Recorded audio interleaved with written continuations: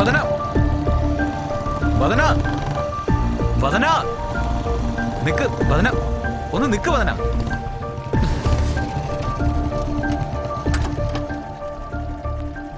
വഴിന്ന് മാറി, എനിക്ക് പോണം. നീ ആദ്യം വണ്ടിന്ന് ഇറങ്ങു വദന. നിനക്കിപ്പോ എന്താ വേണ്ടേ?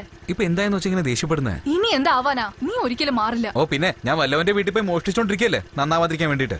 ആ ഇനി അതിന്റെ ഒരു കുറവേ ഉള്ളൂ. അതും കൂടി ചെയ്തു കഴിഞ്ഞാ ഒരു തീരുമാനത്തിലെത്താലോ. ഇപ്പൊ നിനക്ക് എന്ത് തീരുമാനത്തിലെത്തണ്ടേ? ആദ്യം നീ വണ്ടി എടുക്ക്, എനിക്ക് വീട്ടിൽ പോണം.